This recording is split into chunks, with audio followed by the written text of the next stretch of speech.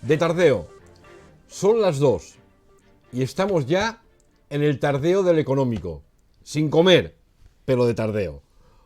Hoy hablaremos de las ayudas de Madrid, de las que aprobaron el pasado 12 de marzo y que suponen 1.000 millones o casi 1.000 millones solo para Baleares. Pero queremos hoy poner especial énfasis en el turismo vacacional, en el alquiler vacacional. Y por eso vamos a tener a un invitado muy especial, a Toni Barceló, que además es el nuevo presidente de Aptur Baleares. Toni. Bon dia. Bon dia, bon dia, bon dia. Hola, com anem? Un minutet xerrant de les ajudes i parlant del lloguer vacacional. Aina, Twitch, començam. Bueno, pues pensáis que podemos... Nos va a venir muy bien las preguntas que tengáis respecto al alquiler vacacional, cómo será la temporada, preguntas que queráis hacer al nuevo presidente de Aptur, Antoni Malos, como le dicen, ¿no?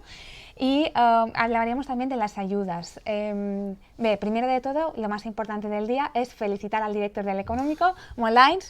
Gracias. Felicitar a todos los padres que nos puedan estar escuchando, que hoy es su día también. Y nada, empezamos primero de todo con el editorial de Pep Berger. Pep.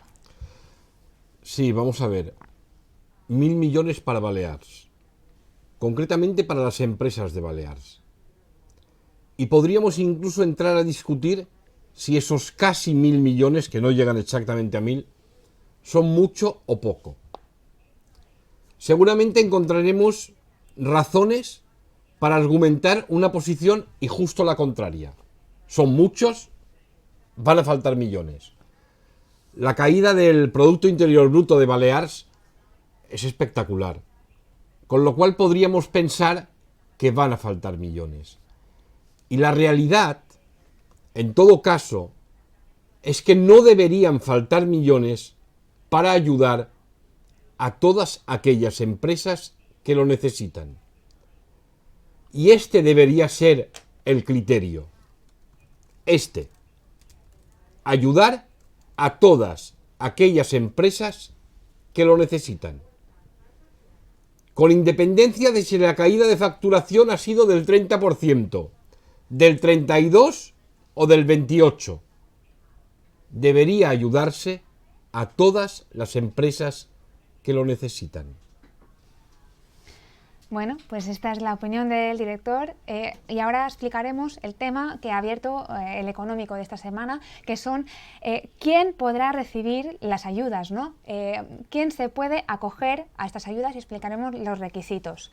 Bueno, el primer requisito de todos es haber bajado la facturación un 30% como mínimo. Las ayudas serán del 40%, en el caso de las empresas de más de hasta 10 empleados serán del 40%, pero no del 30% de toda la caída, sino de la caída adicional a este 30%.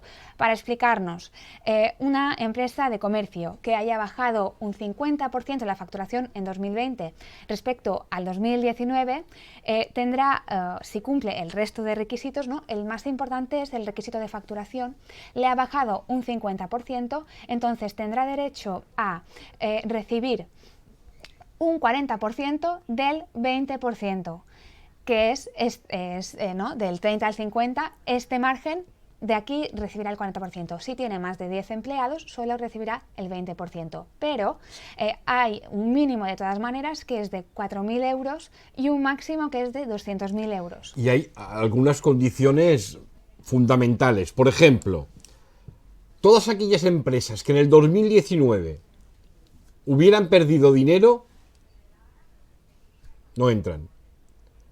Y luego hay 95 sectores de actividad. Ahora Aina nos hablará de algunos, ¿no? Pero déjenme que les diga 3 o 4 que se han quedado sin un euro. Concesionarios de coches, peluquerías o fabricantes de queso. estos tres sectores, hay varios más, que evidentemente han tenido pérdidas importantísimas durante la pandemia, no pueden percibir ni un solo euro de ayuda pública directa. Pero vamos con los que sí, con los afortunados. Cuéntame algunos. Bueno, entran todos los epígrafes de CENAE dentro de la hostelería, todo tipo de alojamientos, también restaurantes, servicios de comidas y bebidas.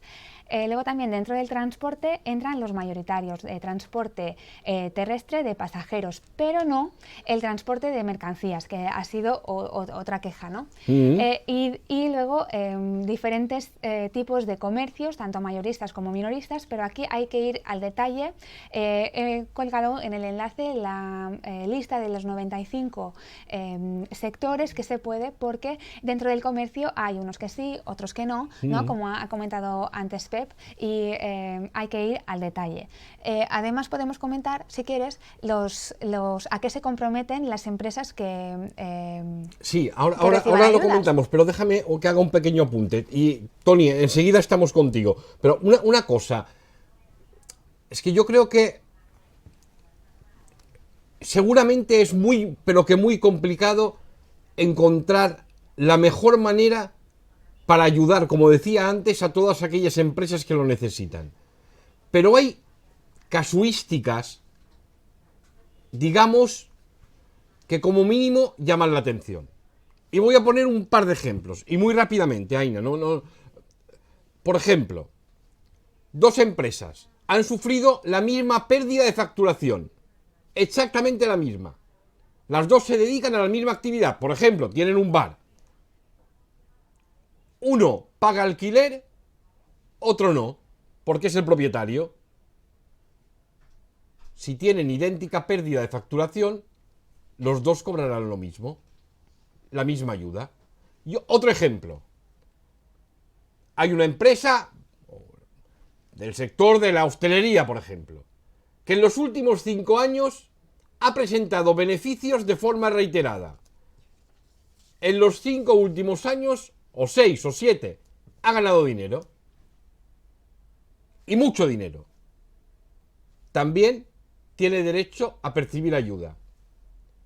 Y vamos más allá. Una empresa que además de ganar dinero, ha repartido dividendos entre sus socios. También tiene derecho a ayuda. Habría muchos más casos peculiares, pero no quiero excederme en el tiempo, que luego me riñen. Aina, cuéntanos, para ir acabando con este tema, simplemente, ¿qué requisitos o qué deben cumplir las empresas que sí cobren ayudas?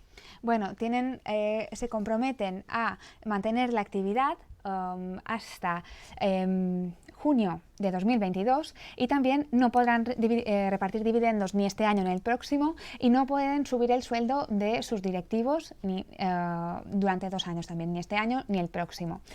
Además, quiero apuntar que los que tributan en régimen de estimación objetiva del IRPF reciben un fijo de 3.000 euros. Bueno, estas serían las características principales. Claro, ya les decía yo antes que es imposible contentar a todo el mundo. De los más enfadados de todos, Francisco Salgado. Es el presidente de la Diputación de Málaga. Y está indignado porque a Baleares y a Canarias nos han reservado una partida presupuestaria específica. Vamos a escucharlo, vamos a escucharlo. 17.000 familias malagueñas, a 14.000 empresas malagueñas que trabajan en el turismo, en la Costa del Sol, porque da 4 veces más de ayudas económicas a Baleares y a Canarias que a la Costa del Sol. Hemos demostrado, con datos objetivos, con un informe que ha elaborado Turismo Costa del Sol, que la caída del Producto Interior Bruto y de distintos factores como son pernoctaciones, llegada de turistas a través del aeropuerto de Málaga, afiliaciones a la Seguridad Social, como esos factores han caído igual o muchas veces superior que estos otros 2 destinos, Baleares y Canarias. Entonces, ¿por qué esa injusticia en el reparto de fondos? Porque se ha tenido en cuenta criterios subjetivos. Aquí se ha tenido en cuenta los gobiernos que hay en cada comunidad autónoma, el gobierno socialista en Canarias, el gobierno socialista en Baleares, y no esos criterios objetivos. Pero ya llueve sobre mojado, esto ha ocurrido ya durante toda la pandemia. Cuando se hablaba de crear corredores seguros en los aeropuertos, siempre se hablaba de Canarias y de Baleares, nunca de la Costa del Sol. Cuando se hablaba de prorrogar los ERTEs en los distintos destinos, a los distintos sectores, siempre se hablaba, con un acuerdo con Coalición Canaria, podéis recordarlo, solo de prorrogar esos ERTE en Canarias y se dejaba fuera a otros destinos y a la Costa del Sol. Y ahora llueve sobre mojado con esta discriminación en el reparto de ayudas. Nosotros no queremos ser más que nadie, pero tampoco menos. Así que, señor Sánchez, rectifique y haga justicia con la Costa del Sol. Yo le he llamado Francisco Salgado, perdónenme, vamos a ser claros. Francisco Salado, presidente de la Diputación de Málaga. ¿Han podido escuchar lo que dice?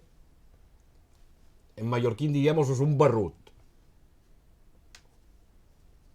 Lo voy a contener porque si lo digo, es absolutamente impresentable que desde la Comunidad Autónoma de Andalucía se quejen del dinero que llega a Baleares, cuando somos la comunidad autónoma, junto a Cataluña y la Comunidad Valenciana, que más contribuyen al Estado.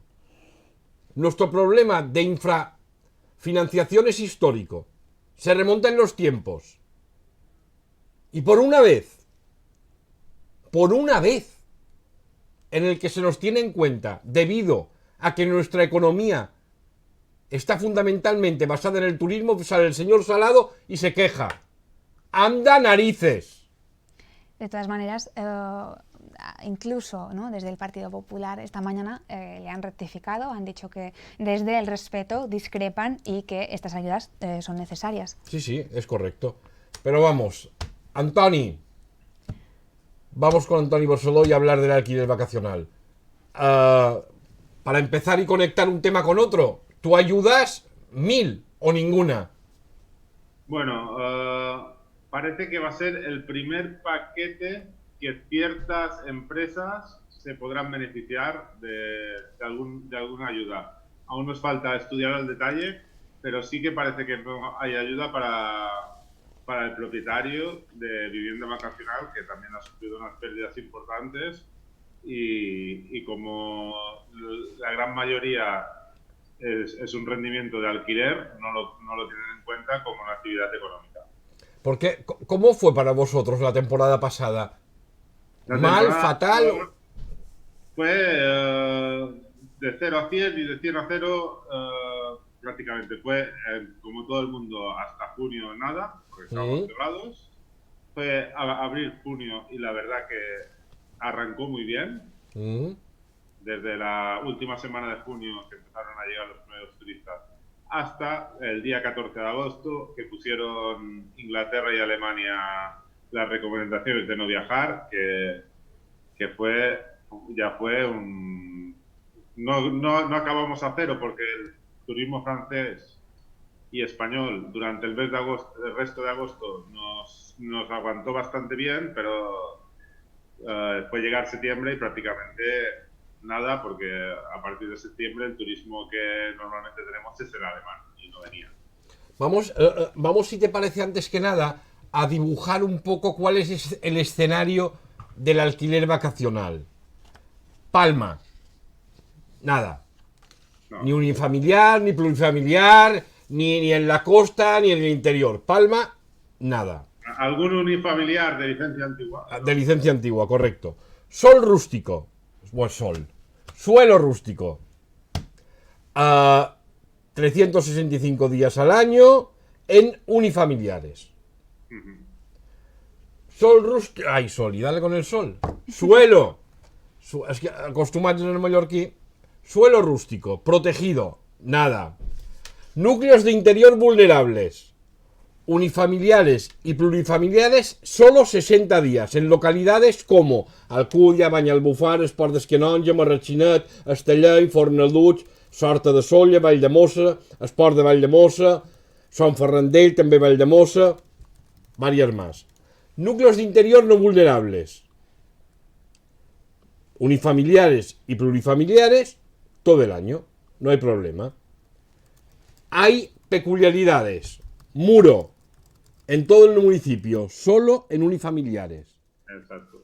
Y en Marratxí, también en todo el municipio, solo unifamiliares. Bueno, no. Y plurifamiliares, 60 días. Que no pueden ser julio y agosto de forma consecutiva. Y vamos con la costa. Definimos el panorama y seguimos. Núcleos del litoral que están saturados. Unifamiliares y plurifamiliares, pero solo 60 días. Y nos estamos refiriendo a localidades como Palmanova, Magaluf, Santa Ponsa, Paguera, Calablava, Son Borí, Son Borinau, la playa de Palma en general. Núcleos del litoral no saturados. En principio, hasta aquí, plurifamiliares y unifamiliares los 365 días del año. Con la excepción de Serenal de Llummolló, que solo unifamiliares y 60 días.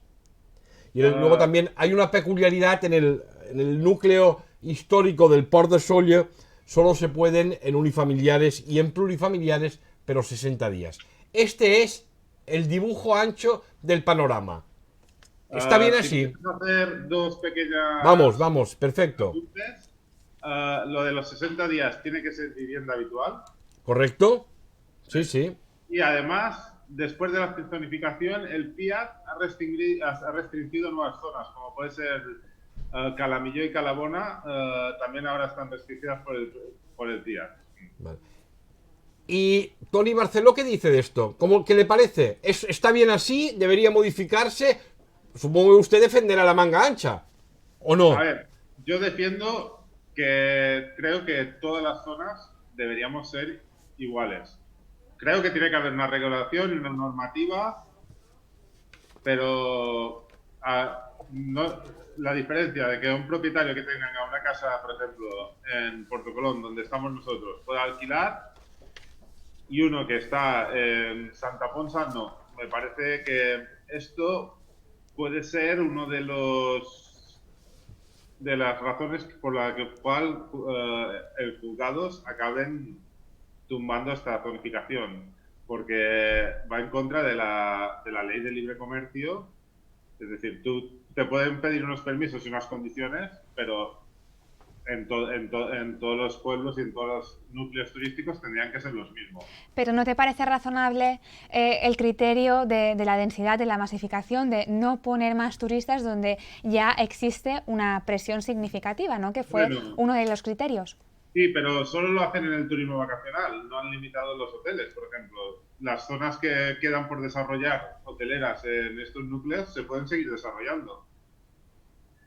Y después, por ejemplo, hay casos muy curiosos. Nosotros aquí cerca de Puerto Colón tenemos Escarrichó. ¿Sí? Escarrichó es un núcleo que tiene 8 casas y porque hay una turística ya sobrepasa el porcentaje de viviendas turísticas y ya se considera saturado. Claro. Es decir, cosas que no se entienden muy bien. No creo que, por ejemplo, Lorta y estos sitios de Sóller, que son pequeños lloguerets o rubers, ¿Sí? que tienen 6 casas, sean turísticamente saturados. De todas formas, Toni, sí que es cierto que hay una cierta lógica en el que no todos los municipios puedan tratarse por igual.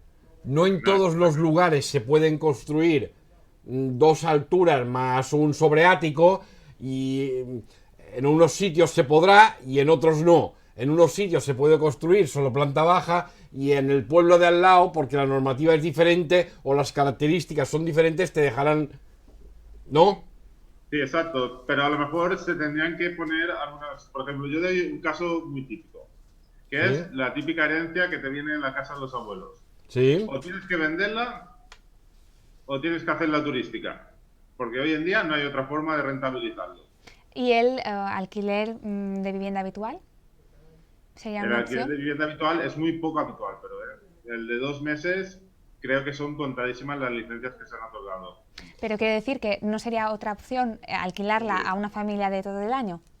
Sí, pero no, yo estoy hablando ya no de una casa, de un piso o una pequeña vivienda. Yo te digo, por ejemplo, la típica casa de campo con 1000 metros construidos, que si está en una zona protegida, es que, ¿qué haces? No puedes económicamente no puedes rentabilizarlo con una explotación agraria a lo mejor. Y Pero, necesitas una solución. O las típicas casas que hay en los pueblos, estas casas enormes de 400, 500 metros, que no se pueden hacer ni pisos porque tienes que mantener la propiedad, no puedes dividirla, pero tampoco le puedes, en según qué pueblo, no puedes sacarle una rentabilidad y es imposible esta casa reformarla para alquilarla de larga estancia, una casa de 6 o 7 habitaciones.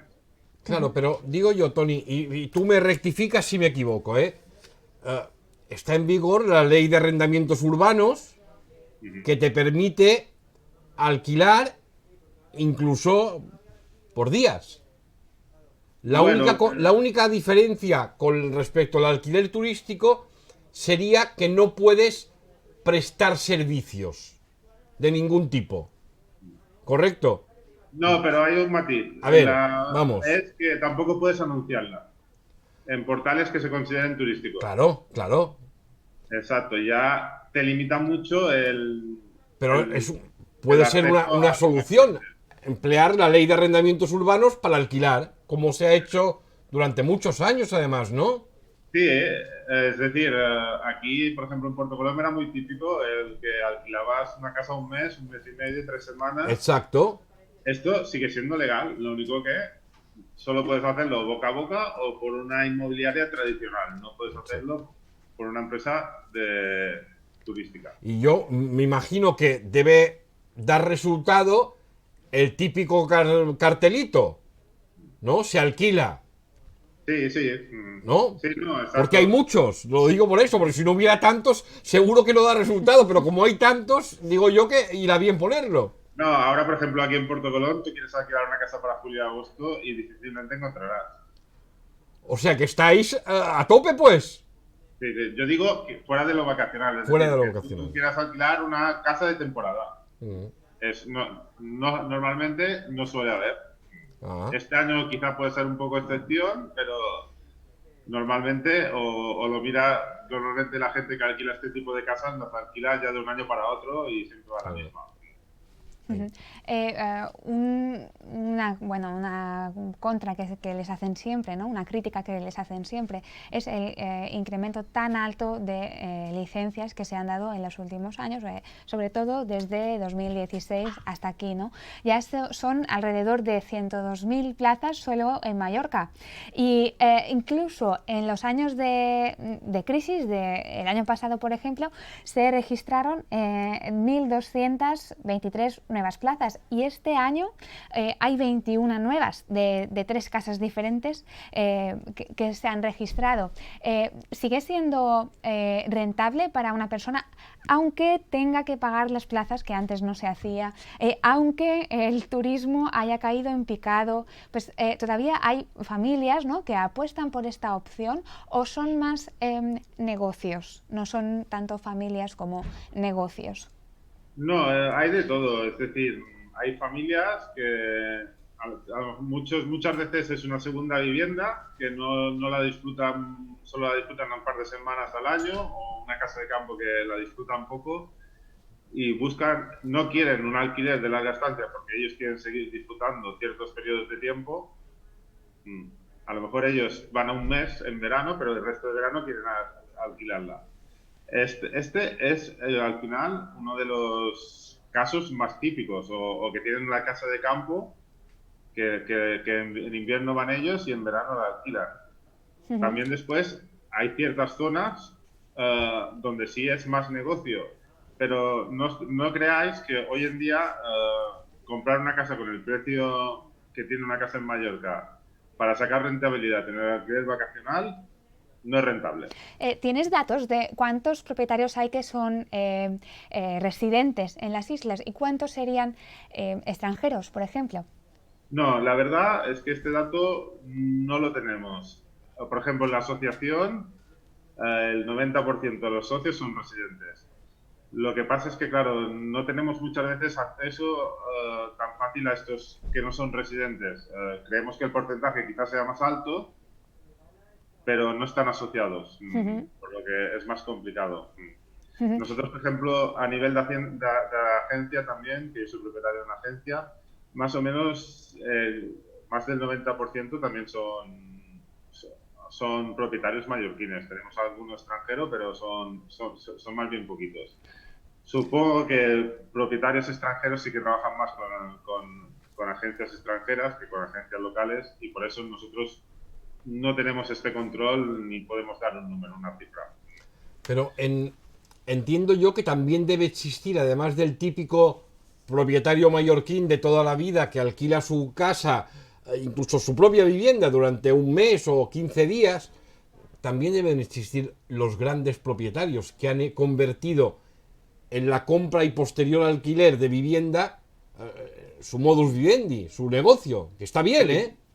Sí, hay algunos. Hay algunos también. Pero no son mayoría ni como se quiere decir. Es decir, por ejemplo, sí que es verdad que se hizo muy famoso un empresario, me parece que era escandinavo, que en Palma porque en Palma es quizá un poco diferente al resto de la isla. En Palma sí que es verdad, puedes alquilar prácticamente, tienes clientes todo el año y es más rentable. Zonas de la parte forana es muy complicado alquilar en invierno y sacar una rentabilidad.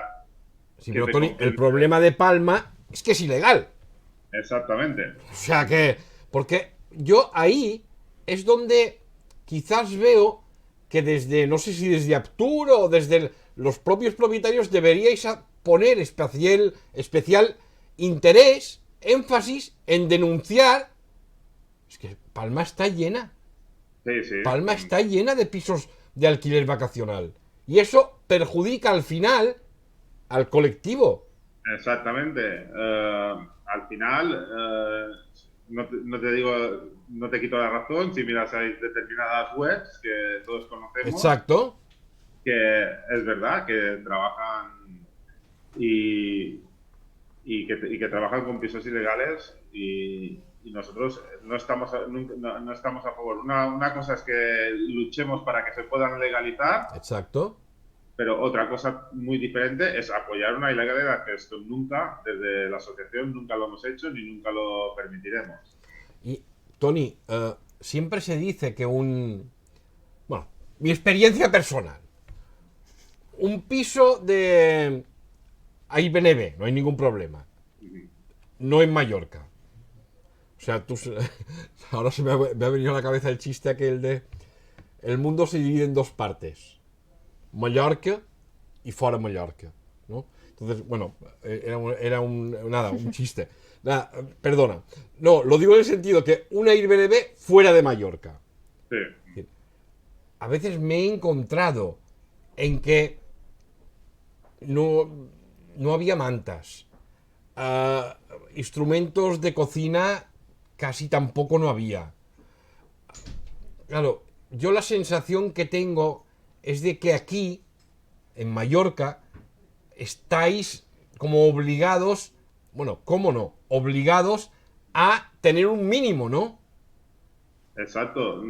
Es decir, todas las casas con licencia tienen unos requisitos obligatorios y después otros requisitos que te dan puntos y tienes que hacer 70 puntos. Es decir, y si no tienes mucho equipamiento, es muy difícil. Por ejemplo, ¿cuáles son los más típicos que dan puntos y que las casas tienen en Mallorca habitualmente? Por ejemplo, la piscina te da 9 puntos. La barbacoa te da 6 puntos, me parece que son. ¿Y tener wifi es obligatorio? ¿Eh? ¿Tener wifi es obligatorio o no? No, te da puntos aún. Te da puntos. Aunque hoy en día no alquilas una casa sin wifi. Claro. Es que esto me pasó a mí, que me fui a una Airbnb de fuera de Mallorca y me encontré que no había wifi. Y después, por ejemplo, todos los pequeños electrodomésticos de cocina, batidora, licuadora, exprimidor eléctrico, todo esto te da 1 o 2 puntos. El microondas 3, por ejemplo. Prácticamente, primero, que lo necesitas para los puntos. Y segundo, que los clientes que vienen a Mallorca a casas vacacionales están acostumbrados a encontrar un buen servicio y una casa completamente equipada, que doy razón a Pep, porque yo también he estado fuera de Mallorca en algunas casas de viviendas vacacionales que dices, si nosotros presentamos esto en Mallorca es que no tenemos una queja detrás de otra seguida. Claro, claro. Otro aspecto crítico para el alquiler turístico es la sostenibilidad. De hecho, desde Aptur a veces habéis criticado que os excluyen de la apuesta por la sostenibilidad desde el mismo gobierno, ¿no? Pero lo cierto es que la imagen que tiene mucha gente, mucha población de las islas, es que no es un tipo de turismo especialmente sostenible por dos motivos. Uno, porque todas las casas de campo necesitan un coche y las familias que vienen a pasar las vacaciones en una de estas casas necesita un coche y alquila un coche. Y el segundo aspecto fundamental son las piscinas, la gran cantidad de casas que tienen piscina.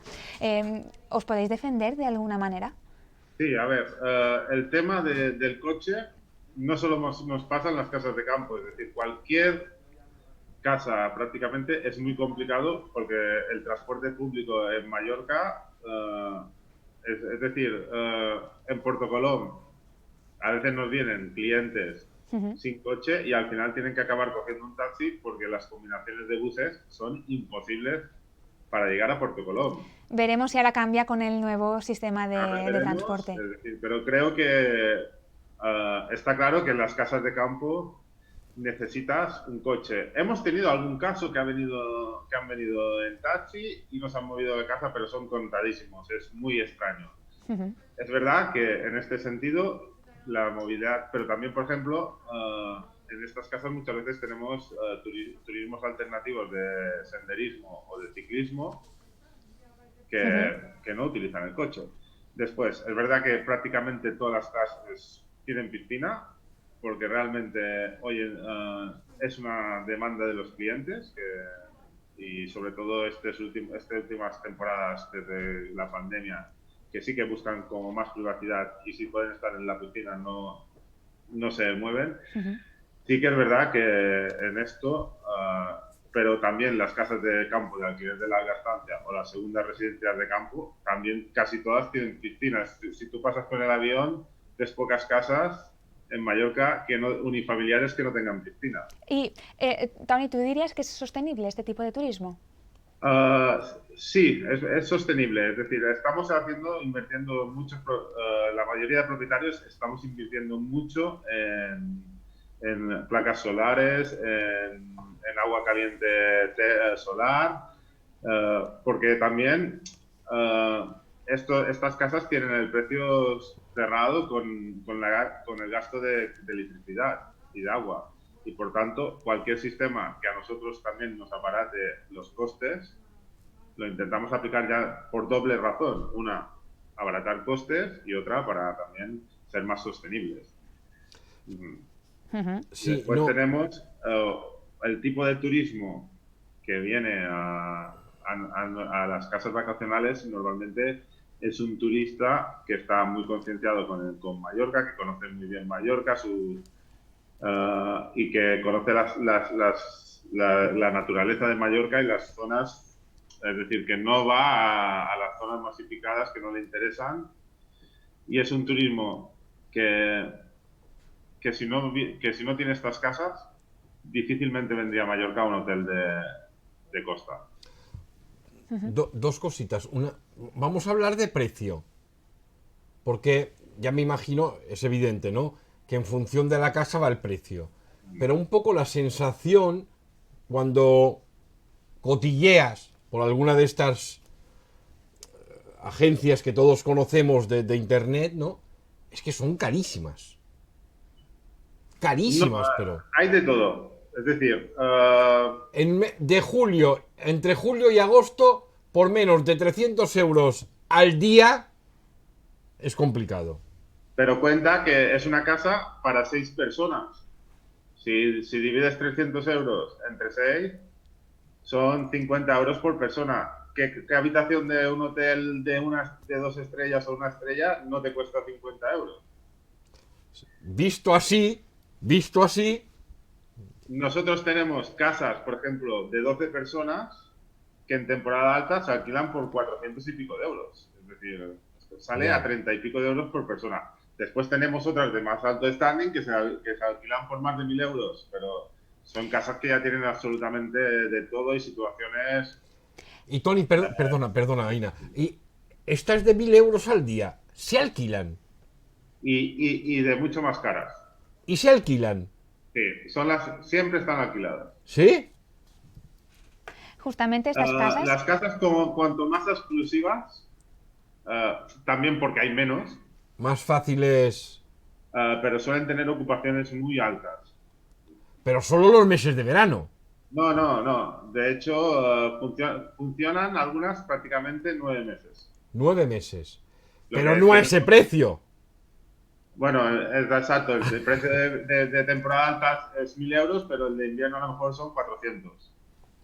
Justamente estas casas es posible que sean las que más sufran ahora, bueno, en el inicio de temporada como mínimo, ¿no? Porque al Sí, no sí, poder sí. haber dos familias en la misma casa, ¿no? Exacto. Estamos notando que sobre todo están funcionando mucho mejor ahora de momento las casas pequeñas, 2-3 habitaciones, que las grandes casas. Incluso ahora nos hemos encontrado problemas que alguna reserva puede ser que haya de un grupo y hemos tenido que cancelarla porque realmente no podemos aceptar la reserva porque no cumple los requisitos. Pero es poco habitual ahora porque prácticamente la gran mayoría de reservas, al menos las que nosotros tenemos como conocimiento, son reservas de pocas personas, o una pareja con hijos. No sé, no hay movimientos de grupos de personas. Y hablemos de convivencia. En dos aspectos. ¿Cómo se vive con los hoteleros, con los cuales parece que siempre estáis a regañadientes? Y por el otro lado, ¿cómo viven vuestros clientes con los residentes? Bueno, con los hoteleros nosotros no tenemos ningún problema. De hecho, si los hoteles no están abiertos, tenemos un problema porque no hay conectividad. Es decir, nosotros nunca hemos tenido nada en contra de los hoteles. De hecho, creemos que son necesarios y que es el negocio, aún sigue siendo el negocio mayoritario, porque sigue siendo el 70% de los turistas. Y tenemos conexiones gracias a los hoteleros. Si no hubiese hoteles abiertos, lo hemos visto en temporadas que había poco hotel abierto, teníamos muchos problemas para que nuestros clientes que querían venir conseguir tener conexiones. Un hotelero te diría que ellos generan muchos puestos de trabajo y que vosotros no. Eso también lo dudo, ¿eh? Sí. Porque nosotros a lo mejor no creamos tanto puesto directo de trabajo. Pero sí que creamos mucho puesto indirecto. Porque es verdad que el propietario de una casa no tiene trabajadores, las agencias sí, pero ese propietario de una casa tiene contratado una empresa de limpieza, tiene contratado un jardinero, tiene contratado una empresa de mantenimiento. Estos mismos clientes prácticamente nunca comen en la casa, es decir, van a restaurantes, van a comprar. Y muchas veces te piden, por favor, ¿dónde hay un supermercado o una tienda que no sea un Lidl o un Aldi? Claro. Porque quieren el producto local y incluso muchas veces prefieren comprar en pequeño comercio que en gran comercio. Al final, directos, está claro que el vacacional a lo mejor no crea tantos puestos de trabajo, pero indirectos, el gasto medio de un turista vacacional en Mallorca es igual o superior al de un hotel. Y los márgenes son mucho menores del alquiler vacacional por parte del empresario. Se reparte mucho más. ¿El hotelero se reparte más? No, el vacacional, porque trabajamos con márgenes mucho más pequeños de beneficio. ¿El alquiler vacacional? Sí. Pero si alquiláis una habitación una casa en verano a 300 euros. Es mucho, ¿no? No es tanto. Una vez pagados todos los impuestos y Tony, todos los gastos de la casa, jardineros, Tony, electricidad, o sea, limpieza... Yo entiendo que te quejes, porque esto va... Yo creía que era exclusiva de los hoteleros. Ya veo que no. Que es No, cuestión de pero ya todo el muchos sector. Conozco del los se- dos sectores y conozco la rentabilidad de cada sector y te digo que es más alta la rentabilidad. Incluso hay varios grandes hoteleros que hicieron un intento de entrar en el vacacional y cuando vieron las rentabilidades no entraron. Bueno, Tony, no sé lo que ganan los hoteleros, dejémoslo, pero a Exacto. 300 euros la noche, si puedes alquilarla 3 meses al año,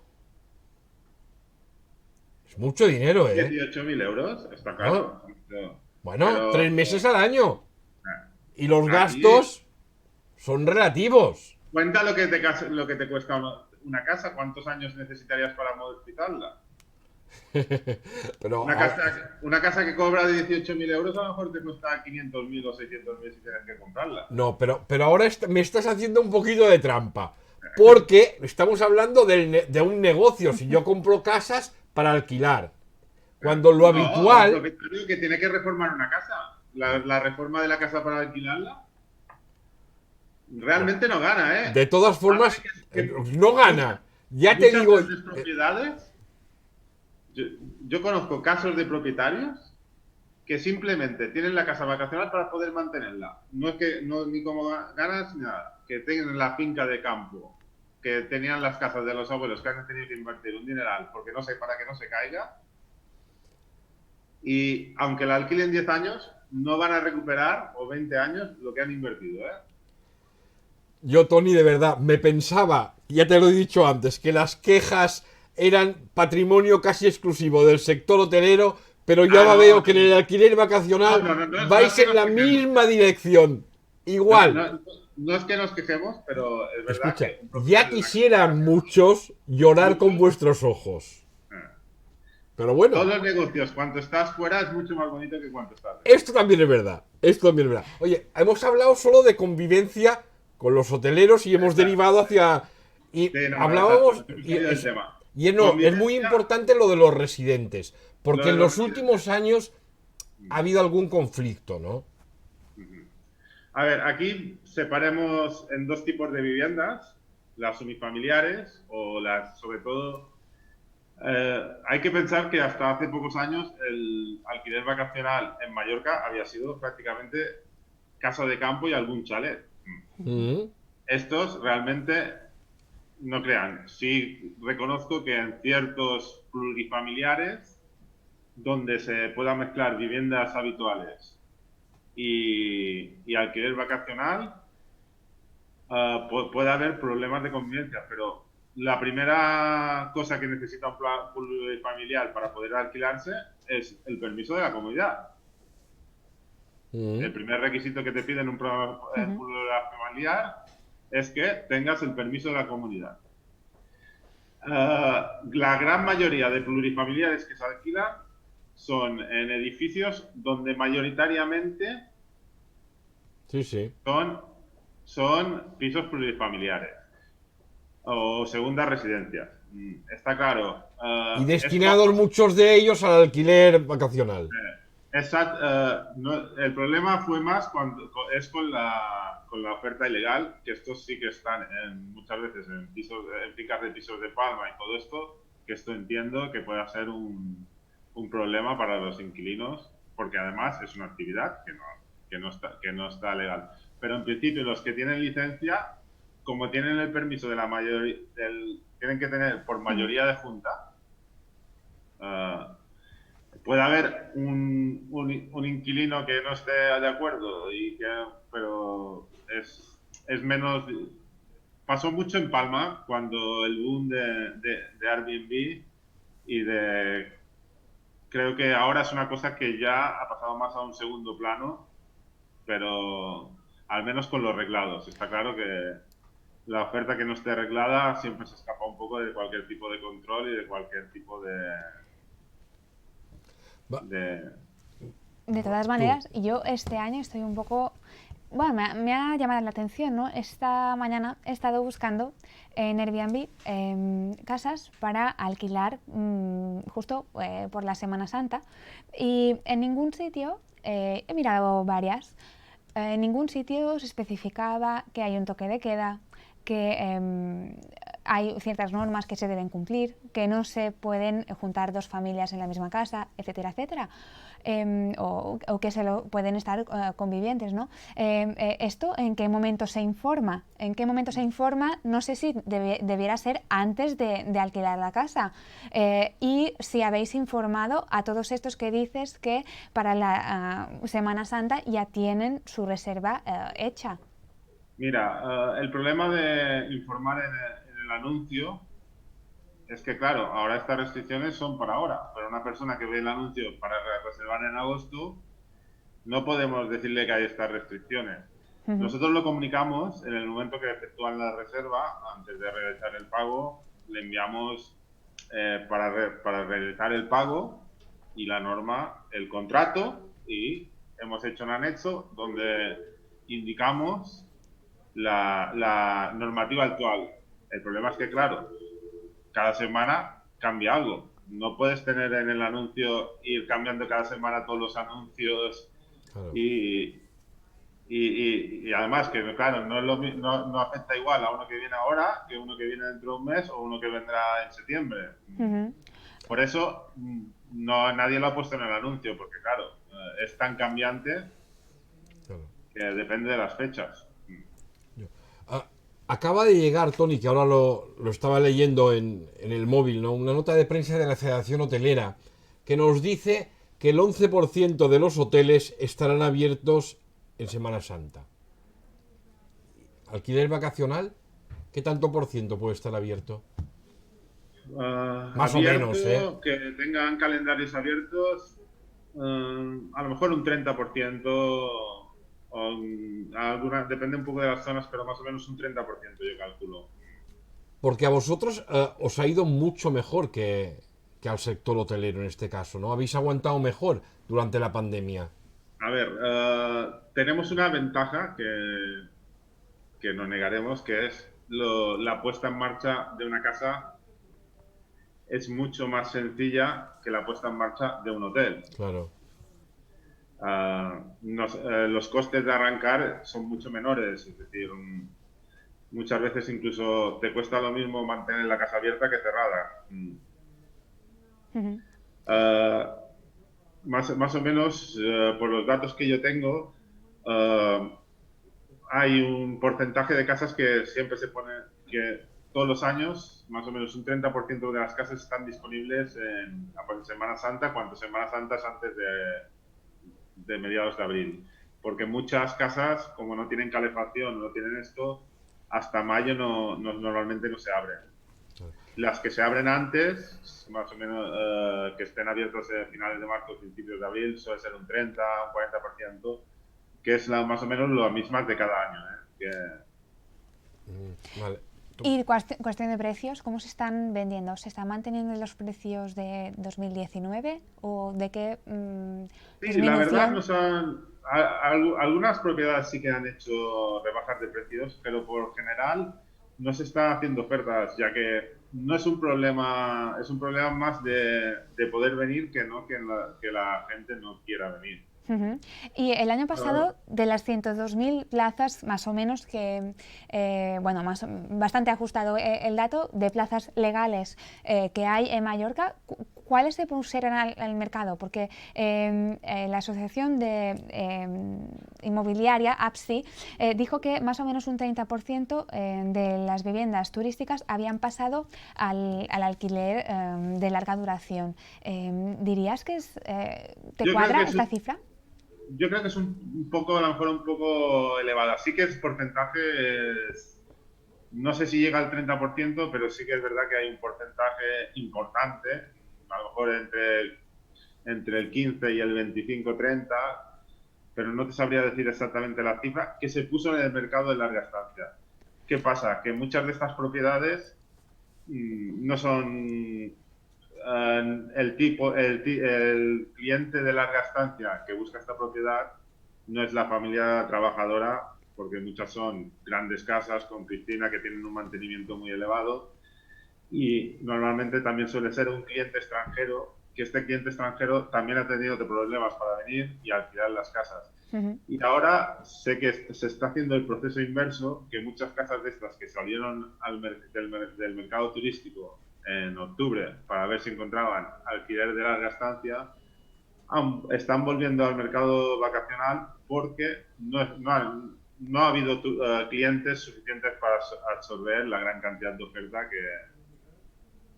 que hubo en ese momento. Y, Tony, sin querer ser malo, y si yo os digo que vosotros sois los culpables de que nuestros jóvenes, especialmente en Palma, no encuentren una vivienda en la que vivir, de que incluso el alquiler vacacional está perjudicando ya no solo a Palma, sino también en muchos pueblos, que está causando dificultades muy grandes para que los jóvenes tengan acceso a la vivienda, ¿qué decimos? Pues yo te diría, por ejemplo, en Palma está prohibido se ha prohibido el alquiler vacacional y no ha habido una gran... No ha habido un aumento de los pisos en el mercado. Pero escucha, ¿Ha habido algún caso puntual? Tú y yo sabemos que de jóvenes fuimos así un poco malotes, que el que esté prohibido no significa que no exista. No existe, pero sí que hemos existe hecho la cálculos que han desaparecido casi un 50% de las propiedades que había en el 2016, Eso es 2017. cierto. Es cierto, Y, es cierto. este 50% de las propiedades que en aquel momento eran alegales, ahora son ilegales, Tienes razón en eso. no han provocado una bajada de precios. Yo siempre digo, primero hay una cosa, que el 70-80% de las casas vacacionales de Mallorca, con mismo las que tienen licencia, no son casas aptas para una familia. Es decir, o son casas que no están preparadas para el invierno, que simplemente son casas de veraneo, o son grandes casas de campo, o que tienen unos costes brutales de mantenimiento. Exacto. Al final, de estas 100 y pico de plazas, la gran mayoría siguen siendo unifamiliares, es decir, no son plurifamiliares. Y la mayoría de las plurifamiliares son edificios de costa que eran segundas residencias, que no eran primeras residencias. Siempre he dicho que el problema de los precios en Mallorca de las casas es que hace 20 años éramos 650.000 habitantes y ahora somos 1.300.000. Sí. Esta semana en el Económico hablamos de la temporada turística, ¿no? Y el titular ciertamente llama la atención, en tanto en cuanto que explicamos que la euforia actual dará paso a una temporada mediocre, porque no se espera poder llegar ni siquiera al acercarse a los 16 millones de turistas que llegaron a las islas en 2019. Habrá problemas de conectividad, habrá miles de dificultades que harán que la temporada estival, aunque sea mejor que el año pasado, se quede muy lejos de 2019. Para el sector del alquiler vacacional, ¿esperáis una temporada casi tan buena como el 2019 o también será mediocre? Nosotros creemos que va a ser una temporada... A ver, manejamos varios escenarios. El escenario que mejor es el que las cosas no se van que no haya una cuarta ola. Esperemos. Y será una temporada regular tirando a buenecilla. Puede llegar a ser, pero no ni buena ni muy buena. Es decir, sin cuarta ola, ¿qué previsión de ingresos hacéis respecto al 2019 o qué previsión de ocupación? Yo creo que sin cuarta ola a lo mejor podríamos llegar a un 70%, de 60-70% de la ocupación de 2018-2019. ¿Y con cuarta ola? Con cuarta ola yo creo que podemos cerrar todos el chiringuito y irnos a casa y no lo sé. Una cuarta ola creo que sería mortal para el turismo, para toda la temporada en todos los sectores. Yo creo que tenemos que intentar que no haya esa cuarta ola, o como mínimo que si hay una cuarta ola que sea una olita y no un tsunami. Yo quiero preguntar otra previsión, más o menos. Has dicho que por primera vez podréis acceder a ayudas. ¿Qué porcentaje de propietarios más o menos podrá acceder a ayudas? De este 90% que has dicho de asociados que tenéis residentes y 10% de extranjeros, digamos, de los asociados de Aptur, ¿cuántos habrá que se podrán acoger a ayudas, ¿no? Y esto supone que perdieron como mínimo un 30% de facturación. A ver, por requisitos de facturación todos podían pedir ayudas. Lo que pasa es que el gran parte de los propietarios particulares, digamos que tributan como alquiler a renta, que por tanto no lo contemplan las ayudas estos tipos. Básicamente se podrán beneficiar de las ayudas las empresas de alquiler vacacional, las que gestionamos. Las comercializadoras, ¿quieres decir? Y algún propietario que sea empresa, que no es una de las formas más habituales. Hay, pero no son la gran mayoría. Tony, se nos ha acabado el tiempo. Aina nos resume en 35 segundos lo más importante de lo que has dicho y nos vamos. Vale, perfecto. Muchas gracias. A vosotros. Bueno, dices, has dicho, ¿no?, que la mayoría de empresarios no se va a poder acoger porque no son empresas, pero sí que podrían acogerse porque entendemos que han perdido más de un 30% de facturación. Pero los precios, la buena noticia es que los precios no están bajando para las reservas de esta próxima temporada. Y esperáis, en todo caso, sin cuarta ola, un 60 o 70% de ocupación respecto a la de 2019. Esto sería mejor que el 2020, ¿verdad? Sí, claro. Mucho 2020, mejor. La verdad que en 2020, el mes de julio y agosto, tuvimos buenas ocupaciones, pero realmente se redució a esos 2 meses. Exacto. Nosotros ahora lo que nos gustaría es poder arrancar y no tener que parar al cabo de 2 meses como pasó el año pasado. Que eso fue un golpe bastante duro porque, sobre todo a nivel de empresas comercializadoras, y tener que poner todo el personal después para otra vez volvernos a parar, fue complicado. Pues Tony, hasta aquí hemos llegado. Muchas gracias y hasta otra. Hasta otra, encantado. Gracias. Muy bien. Aina. Despedimos el tardeo de esta semana. Ya está, por hoy ya basta, ¿no?, de tardeo. Ya basta, a ahora comer. Ha llegado la hora de comer, exactamente. Ahora a comer, el tardeo se acabó. Gracias a todos ustedes. Saludos. Y nada, volvemos a vernos otro día. Hasta ahora.